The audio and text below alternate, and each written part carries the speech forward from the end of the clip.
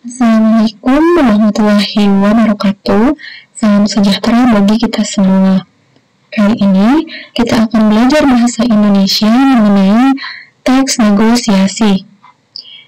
Baik, dalam kehidupan sehari-hari, proses negosiasi merupakan hal yang umum. Mengapa? Karena hampir setiap orang pasti pernah melakukan suatu negosiasi. Contohnya, ketika teman-teman berbelanja di pasar tradisional dan melakukan tawar-menawar, nah di sana terjadi proses negosiasi dengan penjual. Atau contoh lain ketika teman-teman ingin membeli suatu barang yang harganya sangat mahal, tetapi uang yang teman-teman miliki itu belum mencukupi. Nah, pasti teman-teman akan pulang kepada orang tua dan melakukan negosiasi atau mencari penyelesaian bagaimana caranya agar barang tersebut dapat terbeli. Nah, menurut Kamus Besar Bahasa Indonesia, negosiasi adalah proses tawar-menawar dengan jalan berunding untuk mencapai kesepakatan bersama antara satu pihak, bisa kelompok atau organisasi, dan pihak yang lain. Jadi, teks negosiasi adalah teks yang memuat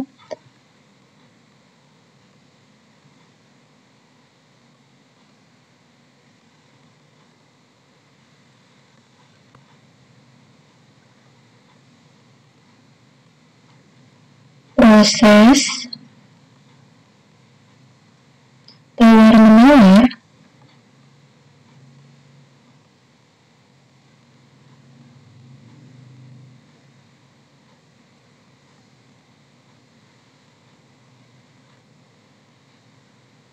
atau berunding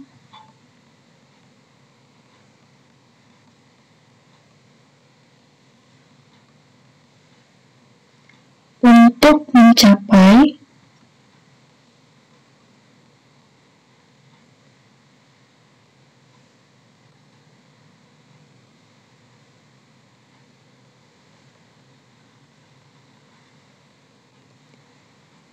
kesepakatan bersama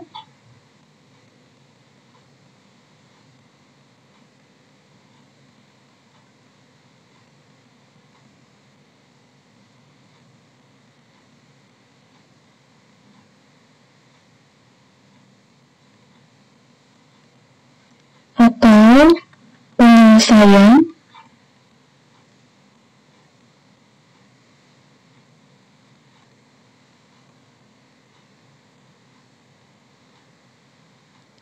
antara pihak yang satu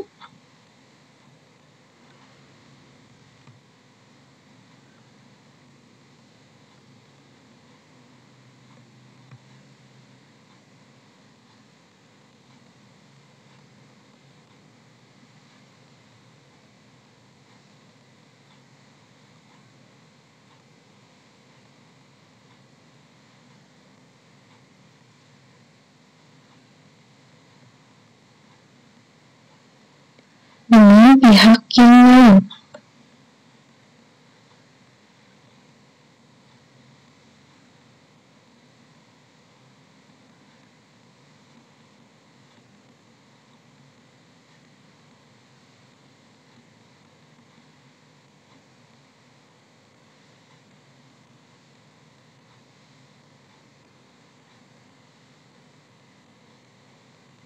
Nah, jadi kunci utamanya adalah adanya proses tawar-menawar atau berunding. Karena ketika ada tawar-menawar dan berunding, itu bisa dikatakan sebagai negosiasi. Baik, sekarang kita lanjut ke ciri-ciri teks negosiasi. Ciri-ciri teks negosiasi yang pertama adalah terdapat partisipan.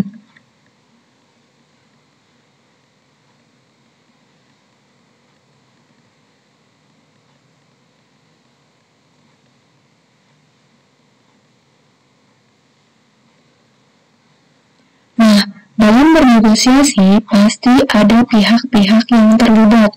Biasanya itu minimal terdiri atas dua pihak. Yang kedua, terdapat kepentingan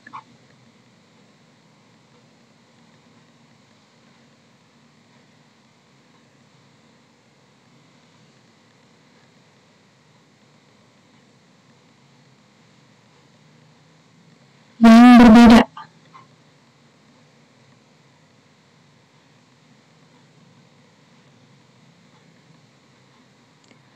Antara pihak yang satu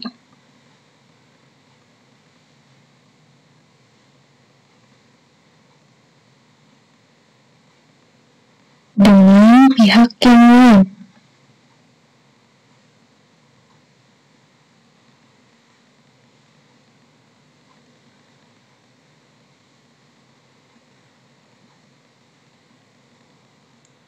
Nah, karena pihak-pihak tersebut mempunyai kepentingan yang berbeda, biasanya mereka akan melakukan suatu negosiasi atau melakukan suatu penawaran, akan melakukan proses berunding untuk mencapai suatu kesepakatan bersama. Kemudian yang ketiga, mengarah kepada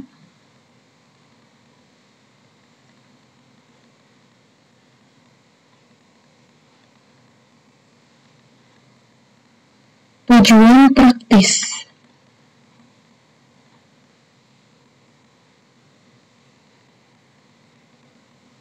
Maksudnya apa? Tujuan praktis di sini adalah untuk mencapai kesepakatan yang dapat diterima kedua belah pihak. Jadi, kesepakatan tersebut harus menguntungkan kedua belah pihak, menguntungkan bagi pihak A dan menguntungkan bagi pihak B. Jadi tidak ada yang dirugikan. Kemudian yang keempat, terdapat ungkapan yang bersifat persuasif.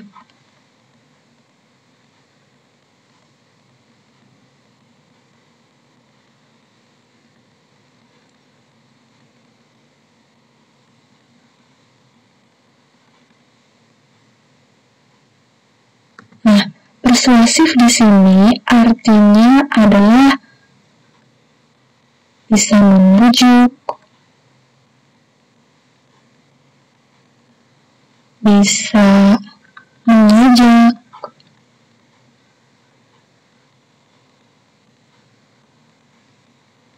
atau mempengaruhi.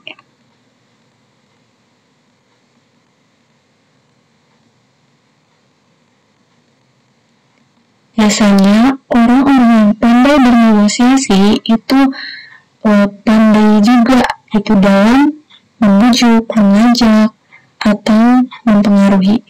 Jadi harus persuasif agar dapat dengan mudah mencapai suatu kesepakatan atau penyelesaian. Selanjutnya kita akan bahas mengenai pola penyajian teks negosiasi. Nah, pola penyajian teks negosiasi ini ada 3 macam. Yang pertama,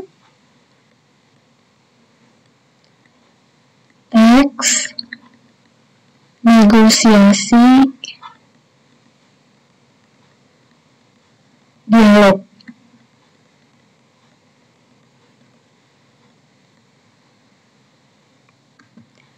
Penyajian teks negosiasi dalam pola ini diwujudkan dalam bentuk percakapan. Bentuknya percakapan, menggunakan kalimat langsung. Nah, ciri dari kalimat langsung itu biasanya ada tanda petik 2. Nah, di sebelah kanan bisa dilihat oleh teman-teman. Di sini ada contoh dari teks negosiasi berbentuk dialog. Di sini ada tanda petik 2. Itu cirinya adalah kalimat langsung. Nah, karena di dalam negosiasi ini biasanya terdapat ungkapan yang persuasif, sekarang kita identifikasi mana kalimat yang bersifat persuasif. Nah, bisa dibaca. Mungkin ini ya bisa dari dialog kakak ke pantai. Bukannya liburan semester lalu kita sudah ke pantai ya? Lebih baik liburan kali ini kita pergi ke rumah Nina saja. Nah, di sini ada kalimat dari seorang kakak menawarkan suatu ajuan, gitu ya. Nah, di sini juga ada dari ayah, penawaran dari ayah ya. Ya sudah, begini saja. Selama 3 hari kita mengunjungi rumah nenek. Setelah itu kita pergi ke pantai. Tapi cukup 1 hari saja ya. Bagaimana? Nah, di sini ada kalimat persuasifnya. Kemudian yang kedua,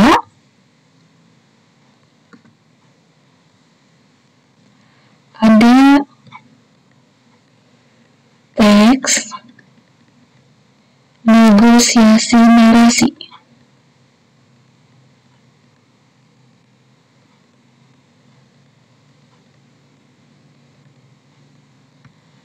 Nah, pola ini menyajikan teks negosiasi dengan gabungan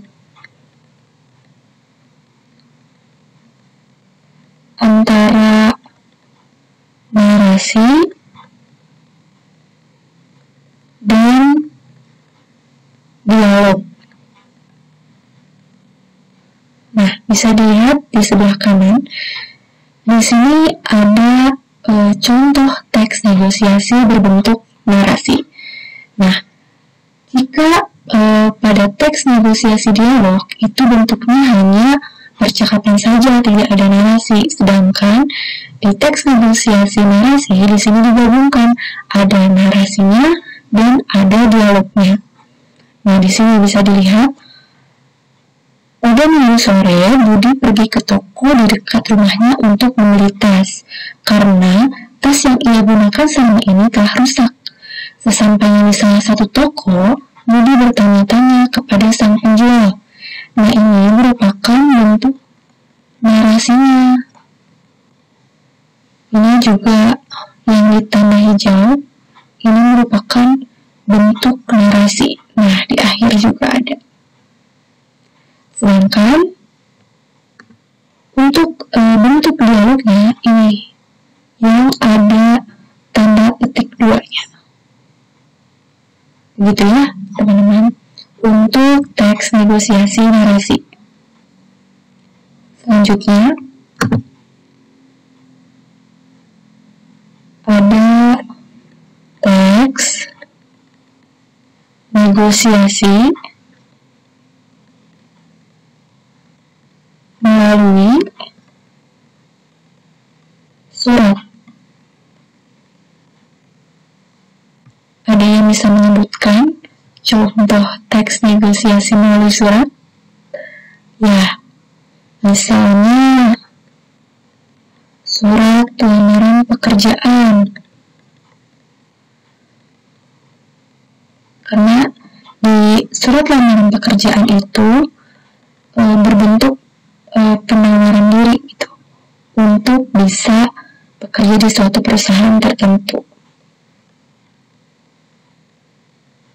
Atau juga surat kerjasama dari perusahaan A ke perusahaan B. Begitu ya, teman-teman. Cukup sekian untuk materi teks negosiasi kali ini. Semoga teman-teman bisa memahaminya dengan mudah. Tetap semangat dan terus belajar. Wassalamualaikum warahmatullahi wabarakatuh.